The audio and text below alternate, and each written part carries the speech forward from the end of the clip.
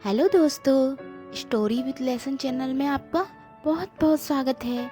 अगर आपने इस कहानी का फर्स्ट पार्ट नहीं देखा है तो ज़रूर देखिए और पसंद आए तो प्लीज़ लाइक करें और चैनल को सब्सक्राइब करें। चलिए सेकंड भाग शुरू करते हैं। अब सोफ़ी और जेनी को जंगल के जानवर प्राण रक्षक के बारे में बता रहे थे कि क्यों जादूगरनी विनाशिका ने प्राण रक्षक पर हमला किया था। वो बताते हैं कि क्योंकि प्राण रक्षक के पास कुछ ऐसी शक्तियां हैं जिससे जंगल को कोई नुकसान नहीं पहुंचाया जा सकता है। जंगल के सारे खुफिया रास्ते और सारे राज उस शक्ति से पता किए जा सकते थे। वो थी एक रिंग जिससे देखने पर जंगल के सभी राजों का पता चलता था। ये रिंग जिससे नीली रोशनी निकलती थी और एक पीली रोशनी निकलती थी, इसी को लेने के लिए जादूगरनी विनाशिका ने प्राण रक्षक पर हमला किया था और उसे बहुत तड़पाया और मारा था, पर प्राण रक्षक ने वो शक्ति उसे नहीं दी। इसलिए गुस्से में आकर जादूगरनी विनाशिका ने उसे गहरी नींद में सुला दिया। पर कहा जाता है अगर कोई सच्ची दोस्ती वाले लोग दिल से सच्चा गाना गाएं तो प्राण रक्षक को बचाया जा सकता है, उसे जगाया जा सकता है। और इसलिए सोफी और जेनी, तुम दोनों आज इस दिन दिल से गाओ ताकि हम प्राण रक्षक को जगा सकें। जंगल के जानवरों की बात सुनने के बाद दोनों सहेलियां प्राण रक्षक को अच्छे से गले लगाती हैं और जेनी कहती है, हम तुम्हें जरूर जगाएंगे प्राण रक्षक, तुम चिंता मत करना, तुम जल्दी ही इस गहरी नींद से जाग जाओगे। और सोफी कहती है, तुम बिल्कुल सही बोल रही हो जेनी, हम प्राण रक्षक को जरूर जगाएंगे। अब ये कहकर सोफी और जेनी दोनों एक अच्छी सी जगह खड़ी हो जाती हैं और थोड़ी देर आपस में बात करने के बाद वो एक गाना गाने लगती हैं।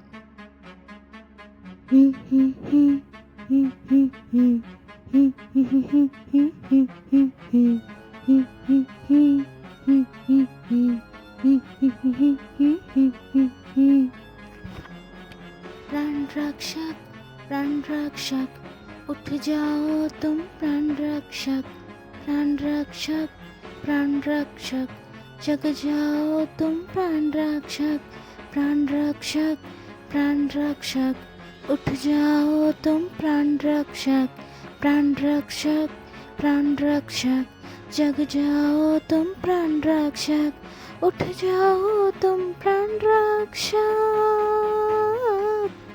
जग जाओ तुम प्राण रक्षक, उठ जाओ तुम प्राण रक्षक, जग जाओ तुम प्राण रक्षक। ये जंगल तुम्हें जगाता है, ये वादियाँ भी बुलाती है, ये हवा के झोंके पेड़ परिंदे आस तुम्हारी लगाते हैं, ये कोना कोना पत्ता पत्ता बात यही दोहराते हैं। प्राण रक्षक, प्राण रक्षक, प्राण रक्षक, प्राण रक्षक,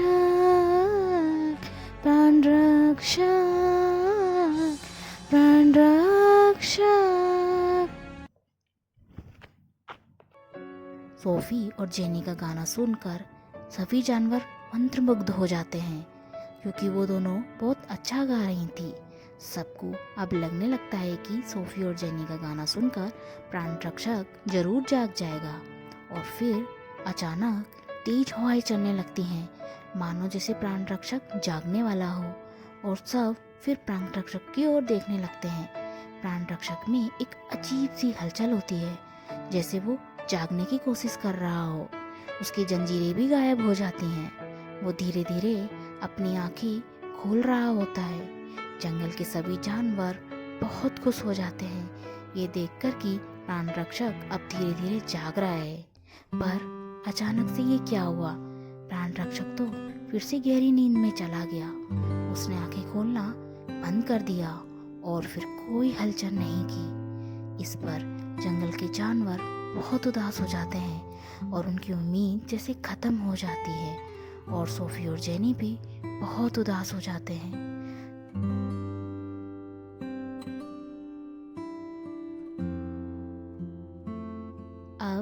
सब कुछ देर तक बस प्राण रक्षक को ही देखते रहते हैं और बहुत उदास होते हैं। कुछ देर बाद लूना, जो जंगल की पहरेदारी करता था, जंगल पे हर समय नजर रखता था ताकि वो जादूगरनी विनाशिका के बारे में पता लगा सके, वो आ जाता है और उसे सभी लोग बताते हैं कि सोफी और जेनी का बहुत सुंदर गाना सुनकर भी प्राण रक्षक नहीं जागा है।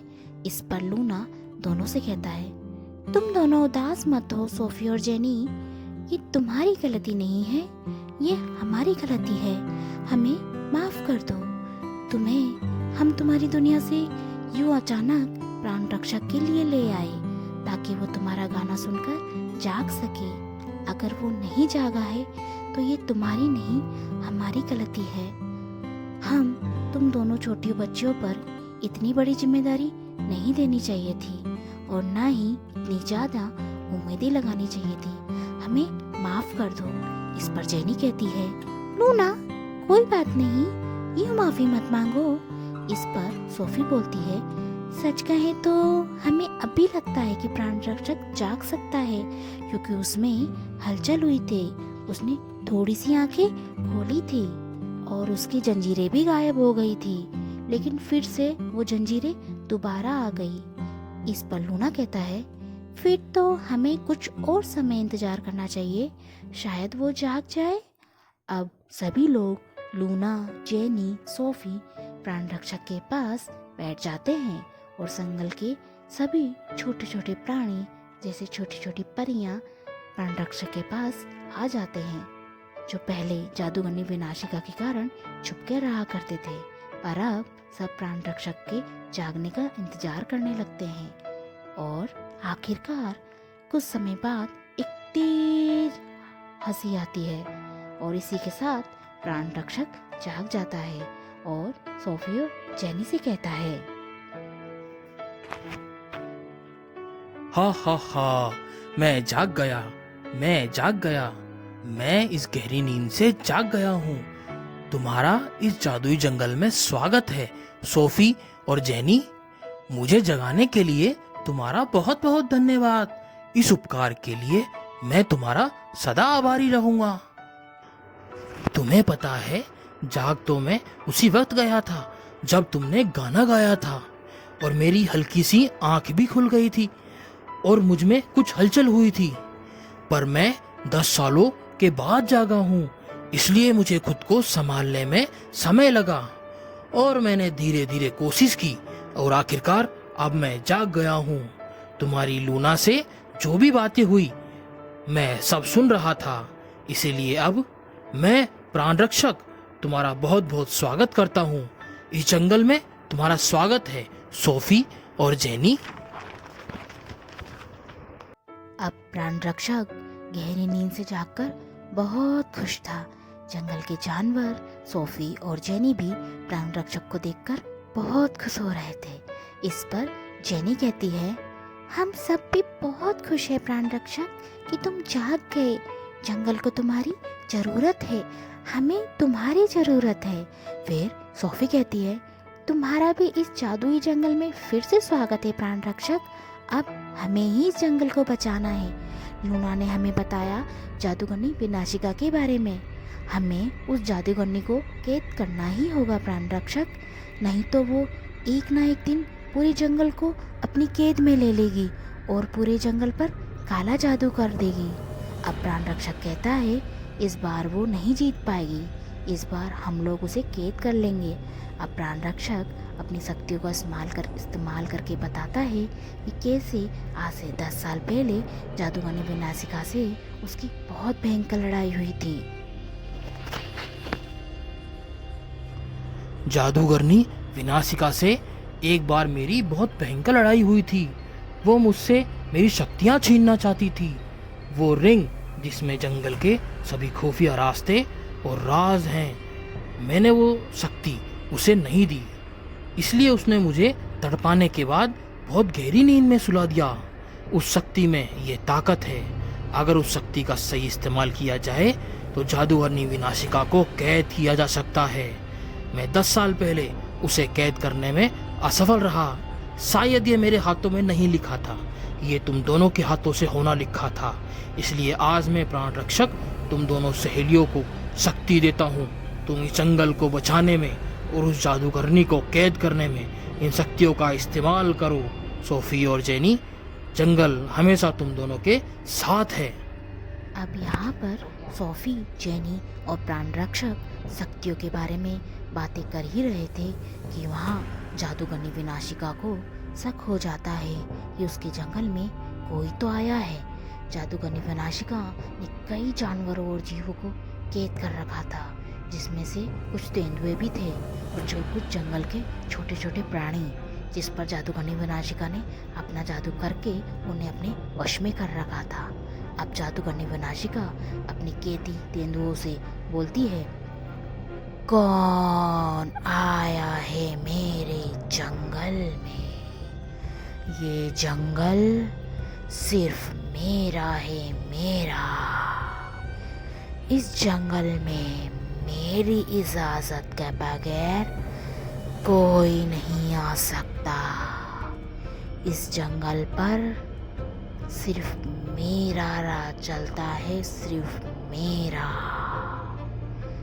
कोई भी इस जंगल में बिना मेरी इजाजत के नहीं आ सकता। पर आज कोई तो इस जंगल में आया है।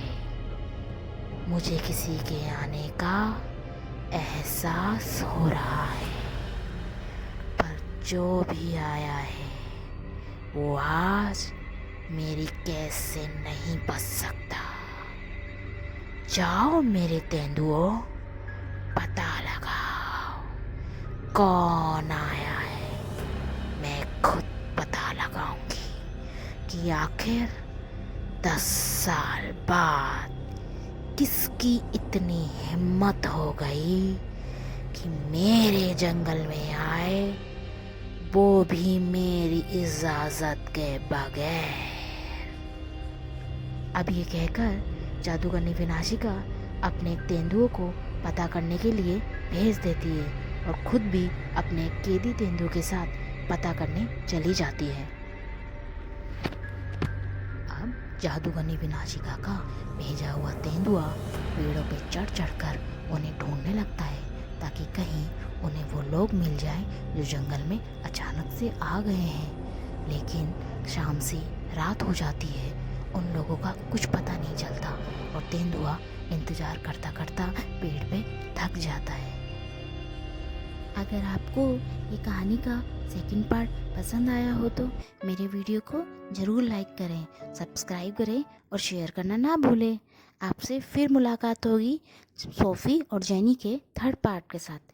तब तक के लिए टेक केयर, बाय।